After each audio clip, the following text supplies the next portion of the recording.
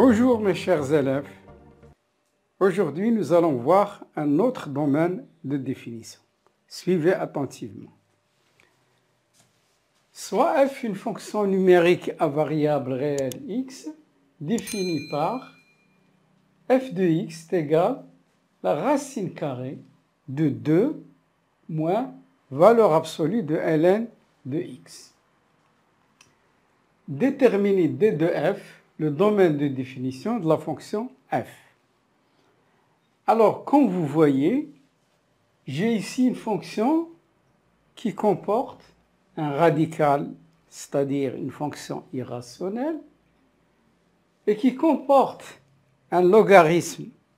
Lui aussi, il a son propre domaine de définition, et il y a aussi la valeur absolue que j'ai exprès introduit dans cette fonction pour vous faire rappeler une propriété très importante.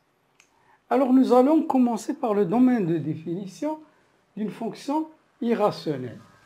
Alors, chaque fois, je vous donne un rappel. Si f de x est égal à racine de ax, alors son domaine de définition df, c'est l'ensemble des x qui appartiennent à R tel que ax supérieur ou égal à 0.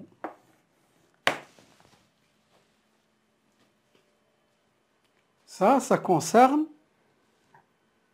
la racine carrée. Bien. Alors, il y a autre chose, il y a aussi le logarithme. Le logarithme, lui aussi, il a son domaine de définition. Donc, il faut le connaître. Alors, si f de x est égal à ln de ax, alors df, c'est l'ensemble des x qui appartiennent à R tel que ax est strictement supérieur à 0. Pour la racine, on sait pourquoi c'est supérieur ou égal, parce que la racine d'un nombre négatif n'existe pas. Racine de moins 2, racine de moins 3, ça n'existe pas. Racine de 0, ça existe. Racine de 0, c'est 0. Mais pour le logarithme, c'est une fonction qui est définie seulement sur 0 plus l'infini. C'est-à-dire ax doit être strictement supérieur à 0. Parce qu'il n'existe pas ln de 0 et il n'existe pas ln de moins 2, moins 3, c'est-à-dire logarithme d'un nombre négatif.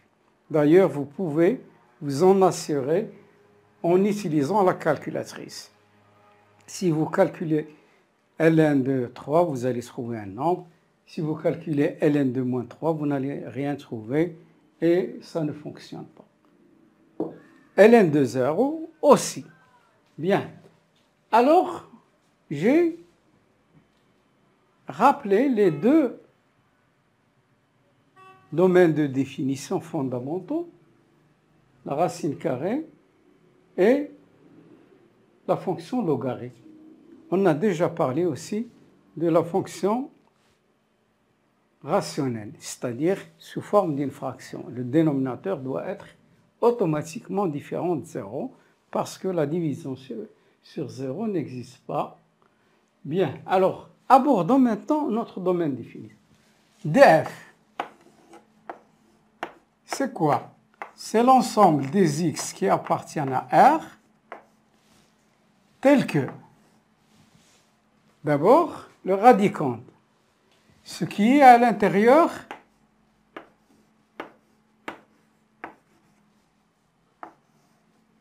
doit être supérieur ou égal à 0. Voilà la première condition. Et il y a aussi la condition sur le logarithme. X doit être strictement supérieur à 0. Voilà les deux conditions. Donc, je me trouve devant deux inéquations à résoudre. La deuxième, elle est déjà résolue. X est strictement supérieur à 0. Alors, je résous la première inéquation, moins valeur absolue de ln de x, supérieur ou égal à moins 2. Je fais passer le 2. Et x strictement supérieur à 0. Donc, je poursuis. Pour me débarrasser de ce moins, je multiplie les deux membres de l'inégalité par moins. Donc, ça me donne valeur absolue de ln x, mais je dois changer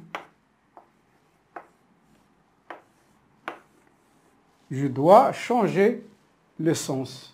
Le symbole, il était supérieur ou égal, il devient inférieur ou égal. Maintenant, je rencontre une propriété qu'on a déjà vue au tronc commun. Voilà le rappel.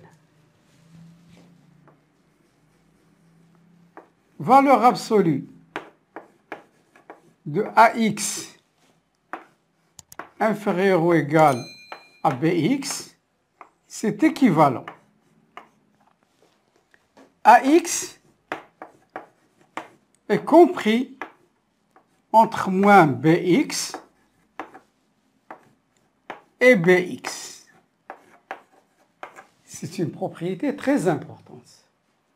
Je me débarrasse facilement des barres de la valeur absolue.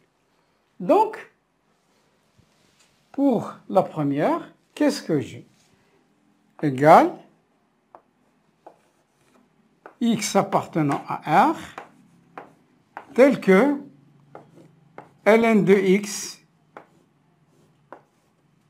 moins 2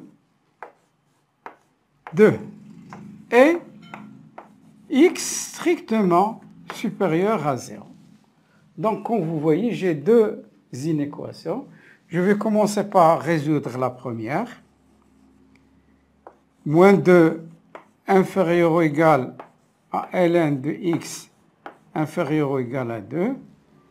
C'est équivalent.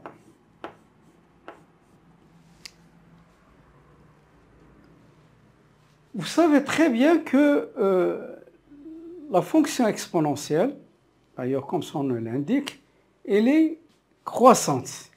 C'est-à-dire, si A inférieur ou égal à B, c'est équivalent à E à la puissance A inférieur ou égal à E à la puissance B. D'accord? Donc, moins 2 inférieur ou égal à ln de x, inférieur ou égal à 2. Donc, E puissance moins 2, inférieur ou égal E puissance ln de x, inférieur ou égal à E puissance 2. Vous allez vous demander pourquoi le professeur a élevé les membres de cette inégalité en exponentielle. C'est parce que ln de x et E de x sont deux fonctions réciproques. C'est-à-dire, si je les compose, E puissance ln de A est égal à A.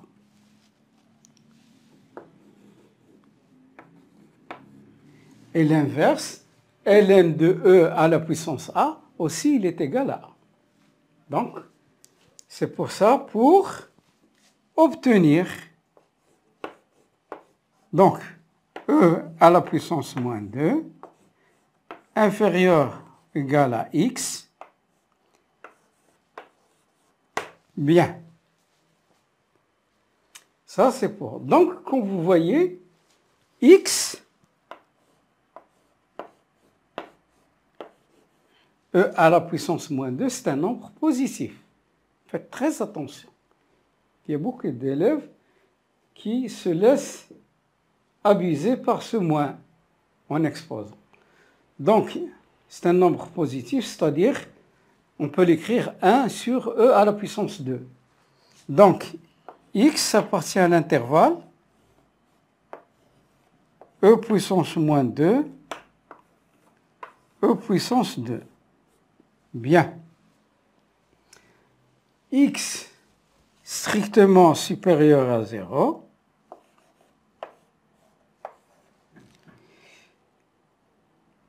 implique x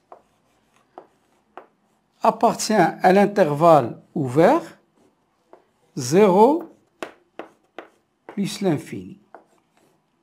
Pour les élèves qui se trompent, chaque fois que j'ai dit supérieur plus l'infini, inférieur moins l'infini. Et vous savez très bien que plus l'infini, c'est une extrême, c'est le sup si vous voulez, et moins l'infini, c'est l'inf, c'est la partie inférieure. Donc, ces deux parties, le premier intervalle e puissance moins 2,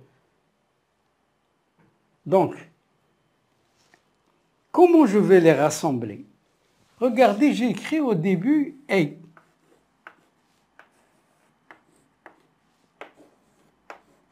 Qu'est-ce que ça veut dire « A » ?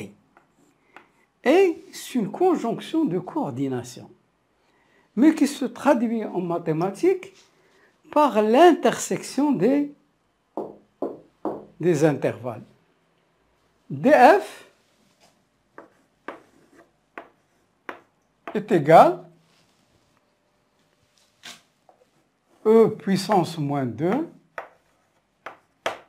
e puissance 2, inter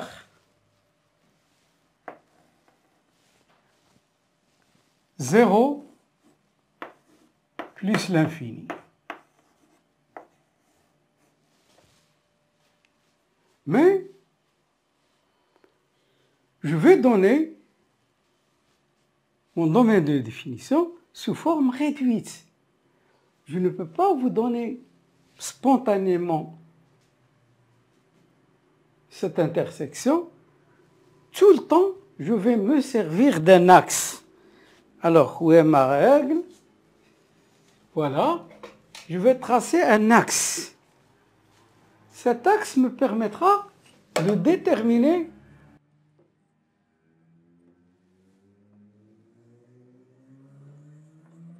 voilà, l'axe.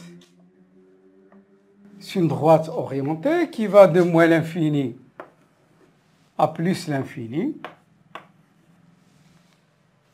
Et je vais placer les nombres. 1, 2, 3. Les 4 nombres. Quel est le plus petit? Le plus petit, c'est 0. Comme je vous ai dit, e à la puissance moins 2, c'est 1 sur e puissance 2.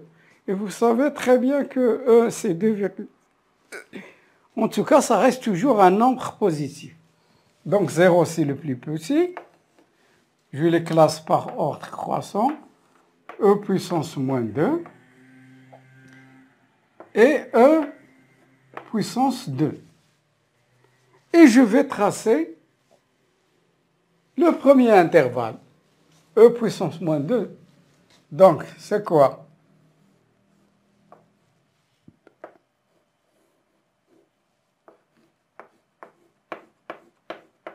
Voilà, mon premier intervalle. Je vais tracer le deuxième intervalle, une couleur. Donc, vous voyez, c'est 0 plus l'infini. C'est ouvert. C'est ouvert.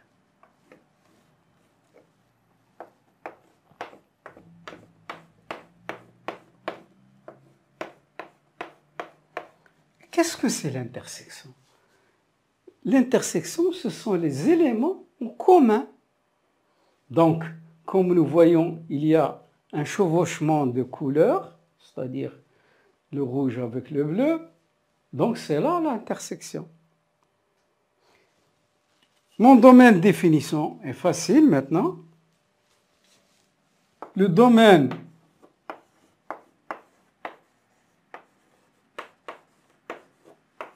de définition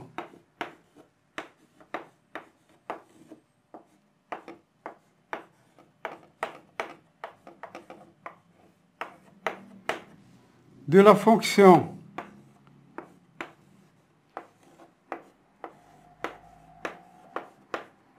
f est df